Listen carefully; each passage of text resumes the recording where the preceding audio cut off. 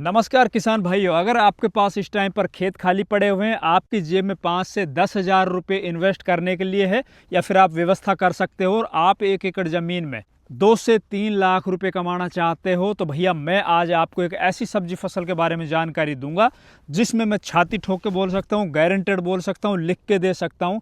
आप केवल 5 से 10,000 रुपये खर्च करके इस सब्जी फसल से 2 से 3 लाख रुपए बड़ी आसानी से कमा सकते हो। मतलब बड़ी आसानी से, इससे ज़्यादा भी कमाए जा सकते हैं। बाकी मैं 2 से 3 लाख रुपए की आपको छाती ठोक कर गारंटी दे रहा हूँ कि आप बहुत आसानी से इतना कम खर्च करके और बहुत अच्छे से पैसे कमा सकते हो। साथ ही सब्जी फसल की एक और खूबसूरती बता रहा हूँ मैं आप लोगों को। दूसरी सब्जी फसलें जो भी हम अपने खेतों के अंदर लगाते हैं तो उनसे हमारे खेत की उर्वरा शक्ति कहीं ना कहीं कम होती है, क्योंकि भाई कोई भी फसल लगी होती है तो वो ज़मीन में पड़े हुए पोषक तत्वों को उठा लेती, अपटेक कर लेती है, तो ज़मीन के अंदर ताकत कम हो जाती दूसरी फसल जब हम लगाते हैं। लेकिन ये जो सब्जी फसल है ना भैया, ये एकमात्र ऐसी सब्जी फसल है जिसको लगाने के बाद आपके खेत की उर्वरा शक्ति कम होने की बजाय बढ़ेगी और साथ ही आप पैसे भी कमाओगे। तो भैया आम के आम और गुठलियों के दाम, या फिर छोटा पैकेट बड़ा धमाका वाली कोई अगर सब्जी फसल हमारे देश में है तो वो है भैया ग्वारफली। जी हाँ दोस्तों, सब्जी वाली ग्वारफली। अगर आप इसे अगेते के अंदर लगा लेते हो, आप जनवरी या फरवरी माह में इसको लगा लेते हो, जो मैं अभी आप लोगों को बताऊंगा इसका लगाने का तरीका, बढ़िया क्वालिटी के सीड और खेत की अच्छी तैयारी, अगर वो सब चीज़ें आप हमारे कहे अनुसार कर लेते हो तो आपकी जो ये सब्जी फसल जो ग्वारफली है ना, वो केवल 40 से 45 दिन में मंडियों में जाना स्टार्ट हो जाएगी। मैं रेट की बात बताऊँ, 70-80 रुपये किलो से लेकर 100 रुपये किलो आप मान के चल सकते हो। इसके बाजार भाव आपको शुरुआती चरण में मिल जाएंगे। कंटिन्यू अगर इसकी पूरे साइकिल की बात अगर कर रहे हैं, शुरुआत से लेकर आखिरी उखड़ाई तक, तो आपको ऑन एवरेज इसका 40 रुपये किलो या 50 रुपये किलो का बाजार भाव इसको ऑन एवरेज आ जाती है। तो भाइयों, आज मैं इस वीडियो के माध्यम से आप लोगों को बताऊंगा अगेती ग्वारफली की बुआई हमें कब करनी चाहिए, खेत की किस तरह से तैयारी करनी चाहिए, कौन से टॉप क्वालिटी का हाइब्रिड सीडों का चुनाव करना चाहिए, कितनी मात्रा में बीज लेना होगा, बुआई करते वक्त हमें बीज को किस तरह से और किस विधि से अपने खेतों के अंदर इसकी बुआई करनी है। साथ ही एक और बात, इस ग्वारफली को हम इंटरक्रॉपिंग के अंदर भी कर सकते हैं।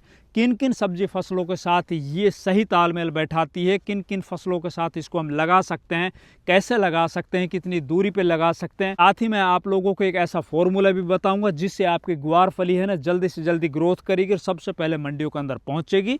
मतलब आपकी फसल है ना वो 35 से और 45 दिन के बीच में तुड़ाई के लिए तैयार हो जाएगी। वो तरीका भी मैं आप लोगों को बताऊंगा, तो वीडियो पूरा देखना है, बिल्कुल भी स्किप नहीं करना है। इस वीडियो के अंदर दी गई एक एक जानकारी आपके खेती में मील का पत्थर साबित होगी भैया। तो नमस्कार, मैं इंद्रपाल यादव, आप देख रहे हैं देश का सबसे विश्वसनीय फार्मिंग यूट्यूब चैनल देश की जान हमारे किसान। अगर अभी तक ये चैनल आपने सब्सक्राइब नहीं किया और आप खेती से तगड़ा पैसा कमाना चाहते हो तो जल्दी से जल्दी इस चैनल को सब्सक्राइब करो, साथ ही वीडियो को लाइक भी करो और शेयर भी करो। और हाँ दोस्तों, इस वीडियो में आगे बढ़ने से पहले आपको कमेंट करके ये बताना है कि आपने अपने जीवन में ग्वारफली, जो सब्जी वाली ग्वारफली है ना, वो कितने बार अपने खेतों के अंदर बो के देखिए, कितने हिस्से में बो के देखिए, और आप इस फसल को कैसा समझते हो आज तक। मतलब ये फसल आपके दिमाग में या आपका माइंडसेट इस फसल के प्रति कैसा है, वो जरूर बताना। तो दोस्तों, सबसे पहले अपन बात कर लेते हैं ग्वारफली बुआई का सही समय। चूंकि मैंने आप लोगों से बोला कि अगर आपको तगड़े पैसे कमाने हैं, तगड़ा भाव लेना है, तो आपको अगेती ग्वारफली की बुआई करनी होगी। तो अगेती ग्वारफली का सही समय क्या है?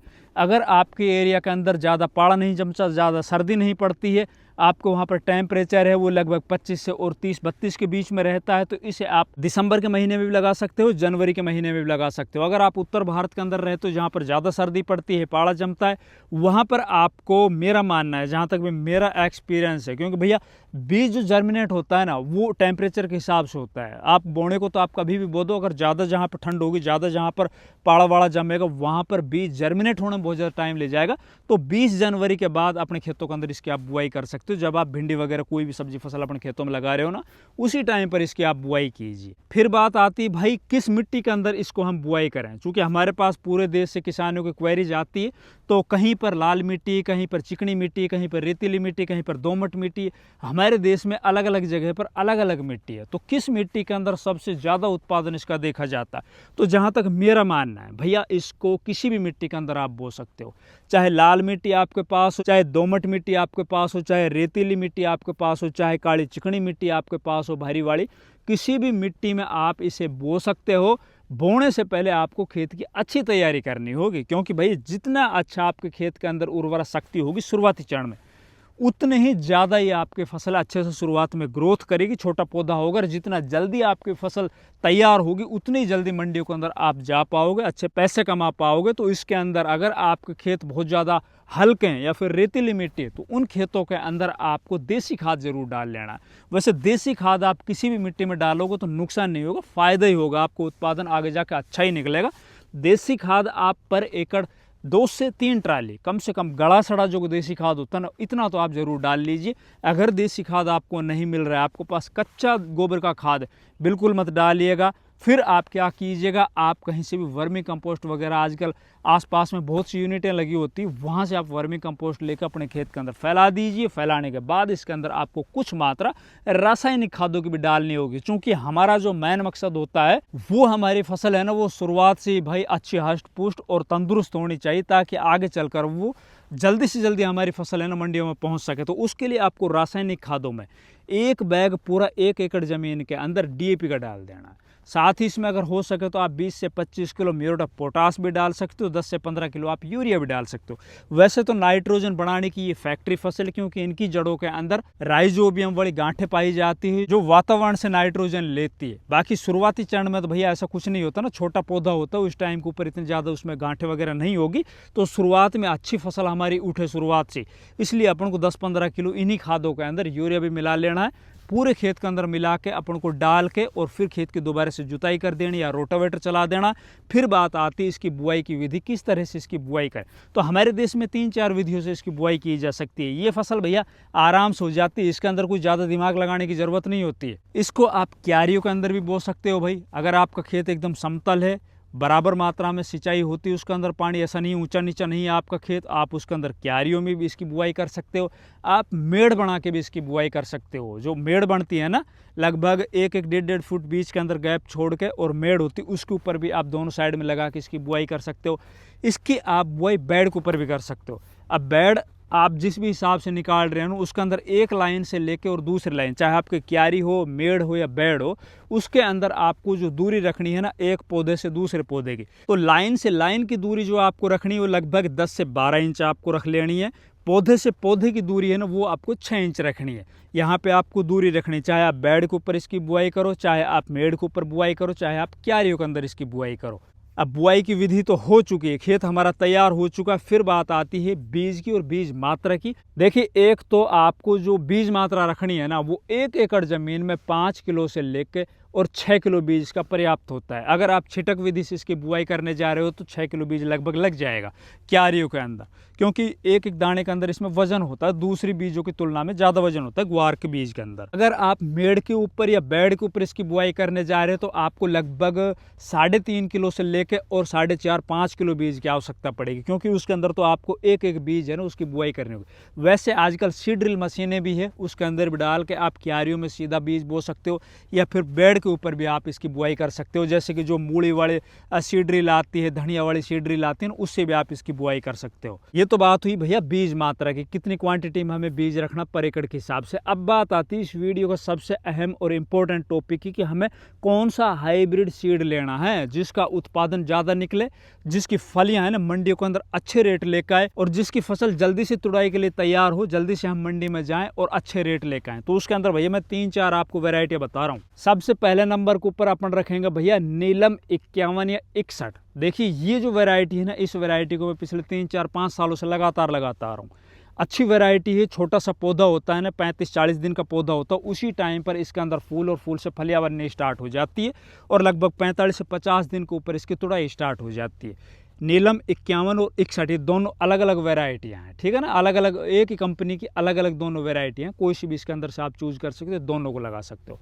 इससे अगली जो वैरायटी है वो है भैया कलश सीड की नव्या। कलश सीड की नव्या जो वैरायटी है ना, ये भी भाई ग्वार फली के अंदर एक टॉप वैरायटी के अंदर शुमार है। इसकी भी जल्दी से जल्दी छोटे पौधे के अंदर ही फूल आ जाता है, फूल से फलियां बनने लग जाती है और मंडियों में अच्छे रेट बिकती है, तो इसको भी आप लगा सकते हो। इससे अगली है नामधारी की NS 662 F1 हाइब्रिड वैरायटी।